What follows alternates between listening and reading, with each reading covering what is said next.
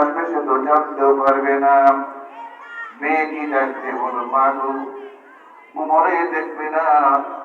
মা, তোমাকে যিনি সৃষ্টি করেছেন, আমাকে যিনি সৃষ্টি করেছেন, আমাকে যিনি সৃষ্টি করেছেন, तमाम কায়নাত যিনি সৃষ্টি করলেন, সেই মাওলাই মাত্র আমাদের দিকে তাকাই আছে।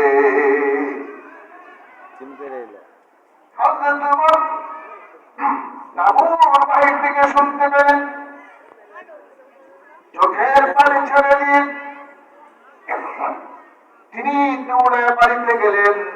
সকালবেলায় তার ছেলেকে ডেকে বললেন, বাবা শোনো, তোমার বিয়ের বয়স হয়েছে, তোমার বিয়ে করার সময় হয়েছে। আজ গভীর রাতে আমি ঘুরতে গিয়েছিলাম, তোমার জন্য একটি পাত্রী নির্বাচন করে এসেছি। বাবা, ওই মেয়েটাকে তোমাকে বিয়ে করতে হবে। জোরে বলেন সুবহানাল্লাহ। গরিব মেয়ে, তার ভিতরে আল্লাহর তাকওয়া, খোদার ভয়, খোদার ভীতি দেখে হযরত ওমর রাদিয়াল্লাহু তাআলা আনহু ছেলের বৌমাকে বৌমা বানানোর জন্য প্রস্তুতি নিলেন।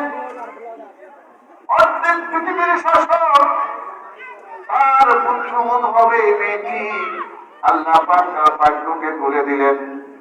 আল্লাহ রাব্বুল আলামিন বলেন, وَمَن يَتَّقِ اللَّهَ يَجْعَل لَّهُ مَخْرَجًا وَيَرْزُقْهُ مِنْ حَيْثُ لَا يَحْتَسِبُ